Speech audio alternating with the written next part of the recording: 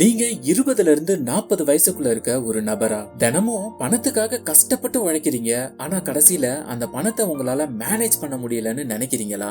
ஒவ்வொரு மாசம் முடியும் போதும் அடுத்த மாசத்துல இருந்து எப்படியாவது சேவிங்ஸ் ஆரம்பிச்சிடணும்னு நினைச்சுக்கிட்டு இருக்கும்போது திடீர்னு எதிர்பாராத ஒரு செலவு வந்து உங்க பிளான் எல்லாத்தையும் கெடுத்துடுதா? அப்போ இந்த வீடியோ உங்களுக்கானதுதான். கொஞ்சம் யோசிச்சு பாருங்க. உங்களால உங்க பினான்ஸ சூப்பரா கண்ட்ரோல் பண்ண முடிஞ்சு வெல்த் பில்டிங்காக இன்வெஸ்ட்மெண்ட் பண்ண முடிஞ்சா எவ்வளவு நல்லா இருக்கும். அதுவும் முக்கியமா இப்ப நீங்க வாழற இந்த லைஃப் ஸ்டைல சாக்ரிஃபைஸ் பண்ணாமலேயே அது எப்படின்றத தான் ஒரு ஆத்தர் ஒரு புக்காவே எழுதி இருக்காரு. அந்த புக்கை பத்தி தான் இந்த வாரம் நான் உங்களோட ஷேர் பண்ணிக்க போறேன். வணக்கம், உங்க கூட பேசிட்டு இருக்கிறது நான் உங்கள் திரு. ஒவ்வொரு வாரமும் நான் படிக்கிற புக்ஸ்ல இருந்து எனக்கு பிடிச்ச விஷயங்களை ரொம்பவே சிம்பிளா உங்க கூட ஷேர் பண்ணிட்டு வரேன். அந்த வரிசையில இந்த வாரம் நம்ம பார்க்க போற புக் தான் ரமித் செட்டி எழுதின I will teach you to be rich. இந்த புக்ல ஒரு சூப்பரான பர்சனல் பினான்ஸ் பத்தி பேசியிருக்காரு ஆத்தர் ரமித் செட்டி. இந்த புக் மத்த பினான்ஸ் புக் மாதிரி பெருசா அட்வைஸ் எல்லாம் பண்ணாம இப்ப நீங்க வாழற இந்த லைஃப் ஸ்டைல்லயே எப்படி பணத்தை மேனேஜ் பண்றது, அதே நேரத்துல எப்படி வெல்த் பில்ட் பண்றது அப்படின்றத தெளிவான ஒரு எக்ஸ்பிளனேஷன் கொடுக்குது. இந்த புக் சொல்லியிருக்க முதல் விஷயம் maximize the power of your credit card. மத்த பினான்சியல் எக்ஸ்பர்ட்ஸ்லாம் கிரெடிட் கார்டுன்றது பேடு, அது பயன்படுத்தக்கூடாது அப்படின்னு சொல்லிட்டு இருக்கப்போ இந்த புக்கோட ஆத்தர் என்ன சொன்னாருன்னா, கிரெடிட் கார்டை கரெக்டான முறையில பயன்படுத்தினா அதுல இருந்து நிறைய பெனிஃபிட்ஸ் நம்ம அடைய முடியும்னு சொல்றாரு. உதாரணத்துக்கு நீங்க கிரெடிட் கார்டு வாங்குறதுக்கு முன்னாடியே எந்த பேங்கோட கிரெடிட் கார்டு கிளாசரிஸ் வாங்குறதுக்கு, பெட்ரோல் போடுறதுக்கு, இந்த மாதிரியான விஷயத்துக்கு அதிகமான ரிவார்ட்ஸ் அதாவது கேஷ்பேக் கொடுக்கறாங்களோ, அதே நேரத்துல வருஷத்துக்கு இவ்வளவு அமௌண்ட் ஸ்பெண்ட் பண்ணா ஆனுவல் ஃபீ வேவர் தராங்களோ, அந்த கிரெடிட் கார்டை நீங்க வாங்கி வச்சுக்கிட்டு அதை உங்களோட டெபிட் கார்டு மாதிரியே ட்ரீட் பண்ணணும்னு சொல்றாரு. அதாவது டெபிட் கார்டுல நீங்க எப்பவுமே உங்க பேங்க் அக்கவுண்ட்ல எவ்வளவு அமௌண்ட் இருக்கோ அதுக்கு ஏத்த மாதிரி தான் செலவு பண்ணுவீங்க. அதே மாதிரி தான் உங்க பேங்க் அக்கவுண்ட்ல எவ்வளவு பணம் இருக்கோ அதுக்கு ஏத்த மாதிரி கிரெடிட் கார்டை ஸ்பெண்ட் பண்ண சொல்றாரு.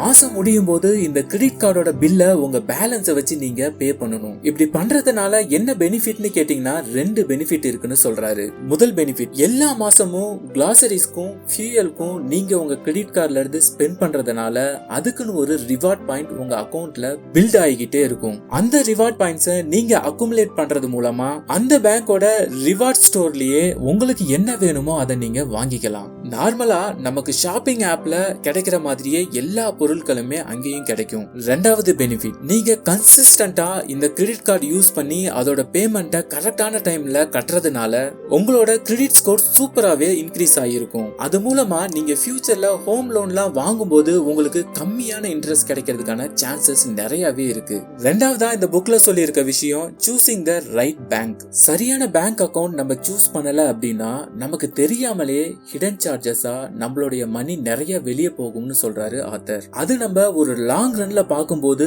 அது ஒரு பெரிய அமௌண்டா கூட இருக்க சான்ஸ் இருக்கு. அதனால பேங்க் அக்கவுண்ட் சூஸ் பண்ணும்போது ஜீரோ ஃபீஸ் ஸ்ட்ரக்சர் இருக்க மாதிரி நம்ம பார்க்கணும். அதே நேரத்துல கஸ்டமர் சர்வீஸ் பெட்டரா இருக்கான்னு பார்க்கணும். அது மட்டும் இல்லாம மெயின்டெனன்ஸ் சார்ஜும் கம்மியா இருக்க மாதிரி நம்ம பார்த்துக்கணும். நீங்க உங்க பினான்ஸை சூப்பரா மேனேஜ் பண்ணணும்னு நினைச்சீங்கன்னா 3 பேங்க் அக்கவுண்ட்டை நீங்க ஓபன் பண்ணணும். ஒன்னு உங்க எக்ஸ்பென்ஸ்க்காக, இன்னொன்னு உங்க சேவிங்ஸ்க்காக, இன்னொன்னு இன்வெஸ்ட்மெண்ட்ஸ்க்காக. ஒரு மாசத்துக்கு நம்ம எவ்வளவு ஸ்பெண்ட் பண்ண போறோமோ அதுக்கு பட்ஜெட் போட்டு சேலரி வந்த உடனே அந்த அமௌண்ட்டை இந்த எக்ஸ்பென்ஸ் அக்கவுண்ட்டுக்கு மாத்திடணும். அந்த எக்ஸ்பென்ஸ் அக்கவுண்ட்டுக்கு நீங்க எவ்வளவு அனுப்புறீங்களோ அந்த அமௌண்ட்டை தாண்டி நீங்க எக்ஸ்ட்ரா அமௌண்ட் ஸ்பெண்ட் பண்ணாத மாதிரி பாத்துக்கணும். அதே மாதிரி தான் சேவிங்ஸ்க்குன்னு ஒரு அமௌண்ட் எடுத்து சேவிங்ஸ் அக்கவுண்ட்ல போட்டுறணும். அந்த மாதிரி இன்வெஸ்ட்மெண்ட் ரிலேட்டடா என்னெல்லாம் டிரான்சாக்சன் பண்றீங்களோ அது எல்லாம் இன்வெஸ்ட்மெண்ட் அக்கவுண்ட் மூலமா பண்ணணும். இந்த மாதிரி பழக்கங்கள்லாம் பார்க்கிறதுக்கு சின்னதா தெரிஞ்சாலும் இதுதான் உங்க பணத்தை மேனேஜ் பண்றதுக்கு ரொம்பவே ஹெல்ப்ஃபுல்லா இருக்கும். மூணாவதா இந்த புக்ல சொல்லியிருக்க ஒரு விஷயம் ப்ராப்பரா கான்ஷியஸா ஸ்பெண்டிங் பிளான் ஒன்னு போடுறது. இந்த பிளானோட மோட்டிவ் உங்களுக்கு பிடிச்ச விஷயங்களை எல்லாத்தையும் கட் பண்றது கிடையாது. உங்களுக்கு எது எல்லாம் பிடிக்குமோ அதோட ஸ்பெண்டிங்க்கு முக்கியத்துவம் கொடுத்துட்டு எதெல்லாம் உங்களுக்கு தேவையில்லையோ அங்க காஸ்ட் கட் பண்றது. உதாரணத்துக்கு நீங்க ஒரு பெரிய கிரிக்கெட் ஃபேன் வச்சுக்கோங்க. எப்பெல்லாம் சேப்பாக்ல மேட்ச் நடக்குதோ அப்பெல்லாம் நீங்க போய் பார்க்கணும்னு ஆசைப்படுறீங்க. அந்த ஸ்பெண்டிங்க பட்ஜெட்ல இன்க்ளூட் பண்றதுல தப்பே வாய்ப்பே கிடையாது. ஏன்னா அது உங்க மனசுக்கு ரொம்பவே பிடிச்ச விஷயம். ஆனா அதுவே அடிக்கடி வெளியில வாங்கி சாப்பிடுறது ஒரு தேவையில்லாத ஒரு எக்ஸ்பென்ஸ். சோ நீங்க உங்க பட்ஜெட்ல இந்த ஸ்பெண்டிங்க கட் பண்ணணும். இத பிராக்டிஸ் பண்றதுக்கு ஒரு சூப்பரான ரூல் ஒன்னு இருக்கு. அதுதான் 50-30-20 ரூல். உங்களோட வருமானத்துல 50% நீங்க உங்களோட நீட்ஸ் தேவைகளுக்காக பயன்படுத்தணும். உதாரணத்துக்கு உங்க வீட்டுக்கு நீங்க ரெண்ட் பே பண்றதா இருக்கலாம், இல்ல உங்க வீட்டுக்கான கிளாசரிஸ் வாங்குறதா இருக்கலாம், இல்ல உங்க பைக்குக்கு பெட்ரோல் போடுறதா இருக்கலாம். இந்த மாதிரி விஷயங்கள்லாம் நீட்ஸ்ல அடங்கும். அடுத்ததா உங்க வருமானத்துல 30% உங்களோட வாண்ட்ஸ்க்கு நீங்க ஸ்பெண்ட் பண்ணணும். அதாவது உங்களுக்கு என்ன பிடிக்குமோ அதுக்காக நீங்க ஸ்பெண்ட் பண்ணணும். உதாரணத்துக்கு நீங்க மூவி போறதா இருக்கலாம், இல்ல உங்க ஃப்ரெண்ட்ஸோட டின்னர் போறதா இருக்கலாம். இந்த மாதிரி விஷயங்களுக்கு நீங்க 30% ஸ்பெண்ட் பண்ணணும். மிச்சம் இருக்க 20% நீங்க உங்க சேவிங்ஸ் அண்ட் இன்வெஸ்ட்மெண்ட்காக ஒதுக்கணும். அடுத்ததா ஆத்தர் சொல்ற விஷயம் ஆட்டோமேட் யுவர் ஃபினான்ஷியல் சிஸ்டம்ஸ். நம்ம முன்னாடி பார்த்த மாதிரி எக்ஸ்பென்ஸ்க்கு, சேவிங்ஸ்க்கு, இன்வெஸ்ட்மெண்ட்ஸ்க்குன்னு தனித்தனியா ஒரு அக்கவுண்ட் ஓபன் பண்ணிருப்போம் இல்லையா? அதுக்கு போக வேண்டிய அமௌண்ட் எல்லாம் சேலரி வந்த முத நாளே ரெக்கரிங் டிரான்ஸ்ஃபரா ஆட்டோமேட்டிக்கா போற மாதிரி செட் பண்ணி வச்சுக்கிட்டா நமக்கு ஸ்ட்ரெஸ் கொஞ்சம் குறையும்னு சொல்றாரு ஆத்தர். உதாரணத்துக்கு இன்வெஸ்ட்மெண்ட்ஸ்ல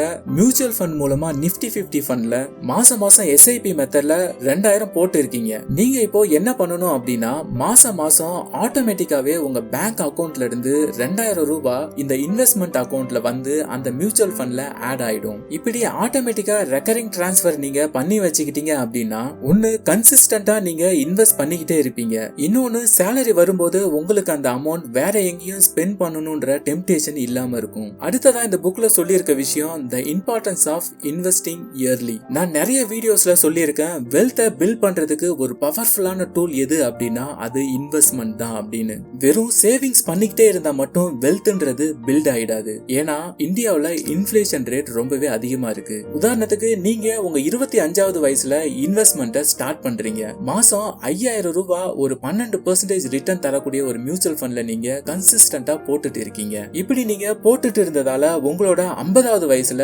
உங்களோட போர்ட்போலியோ 1 கோடி ரூபாயா இருக்கும். அதுதான் காம்பவுண்டிங் இன்ட்ரெஸ்டோட பவர். இதே மத்த இன்வெஸ்ட்மெண்ட் ஆப்ஷன்ஸ்லாம் என்னன்னு பார்த்தோம்னா நீங்க ஒரு ரிஸ்க் டேக்கரா இருந்தீங்க அப்படின்னா ஹையர் ரிட்டர்ன்ஸ் தரக்கூடிய இண்டெக்ஸ் ஃபண்ட்ல இன்வெஸ்ட் பண்ணலாம். இல்ல நான் பெருசா ரிஸ்க் எல்லாம் எடுக்க மாட்டேன் அப்படின்னு சொன்னீங்கன்னா நீங்க PPF அதாவது பப்ளிக் ப்ராவிடென்ட் ஃபண்ட் இந்த மாதிரி ஸ்கீம்ல இன்வெஸ்ட் பண்ணலாம். அடுத்ததா இந்த புக்ல பேசியிருக்க ஒரு இம்பார்ட்டன்ட் விஷயம் என்னன்னா how to handle big purchases. உதாரணத்துக்கு நீங்க ஒரு கார் வாங்க போறீங்க, இல்லனா ஒரு வீடு வாடகைக்கு தேடிட்டு இருக்கீங்க அப்படின்னா அதுக்கு முன்னாடியே ஒரு ப்ரிப்பரேஷன் ஒன்னு நீங்க பண்ணீங்க அப்படின்னா உங்களால ஒரு பெரிய அமௌண்ட்டை சேவ் பண்ண முடியும்னு சொல்றாரு ஆத்தர். உதாரணத்துக்கு ஒரு டீலர் கிட்ட நீங்க கார் வாங்க போறீங்க, அவர்கிட்ட போறதுக்கு முன்னாடி மத்த டீலர்ஸ் எல்லாம் என்ன பிரைஸ்ல தராங்க அப்படின்ற காம்படிட்டிவ் பிரைஸை நீங்க தெரிஞ்சுக்கிட்டு போனீங்க அப்படின்னா உங்களால ஒரு குறிப்பிட்ட பெர்சன்டேஜ் டிஸ்கவுண்டா வாங்க முடியும். இதேதான் வீடு ரெண்டுக்கு தேடும் போதும் ஒரு ஏரியாவுல ஒரு வீடு நீங்க பார்க்க போறீங்க அப்படின்னா அந்த ஏரியாவுல உள்ள அதே மாதிரியான வீடுகள்ல எவ்வளவு ரெண்ட் கொடுக்கறாங்க